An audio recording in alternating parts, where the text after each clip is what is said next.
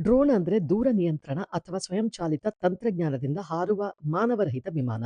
ಸಾಮಾನ್ಯವಾಗಿ ಡ್ರೋನ್ಗಳಲ್ಲಿ 4 ಕ್ವಾಡ್‌ಕಾಪ್ಟರ್, 6 ಅಥವಾ 8 ರೋಟರ್‌ಗಳಿರುತ್ತವೆ. ಈ ರೋಟರ್‌ಗಳಿಗೆ ಜೋಡಿಸಲಾದ ಮೋಟಾರ್‌ಗಳು ವೇಗವಾಗಿ ತಿರುಗುವ ಮೂಲಕ ಗಾಳಿಯನ್ನ ಕೆಳಗೆ ತಳ್ಳುತ್ತವೆ. ಗಾಳಿಗೆ ವಿರುದ್ಧವಾಗಿ ಉಂಟಾಗುವ ಬಲವೇ ಲಿಫ್ಟ್. ಇದು ಡ್ರೋನ್ ಅನ್ನ ಮೇಲಕ್ಕೆತ್ತುತ್ತೆ.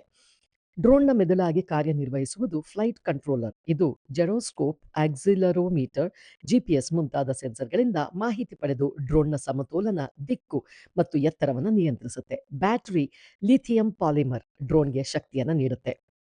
ಡ್ರೋನ್ ಹಾರಾಟದ ಮೂಲ ತಂತ್ರಗಳು ಟೇಕ್ ಆಫ್. ಡ್ರೋನ್ ನಿಧಾನವಾಗಿ ಮೇಲಕ್ಕೆ ಏರಲು ಥ್ರಾಟಲ್ ನಿಯಂತ್ರಣ ಬಳಸಬೇಕು.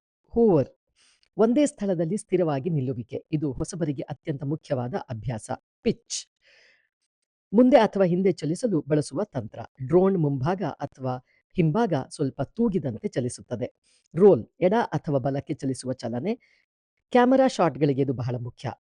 ಲ್ಯಾಂಡಿಂಗ್ ನಿಧಾನವಾಗಿ ನೆಲಕ್ಕೆ ಇಳಿಸುವಿಕೆ.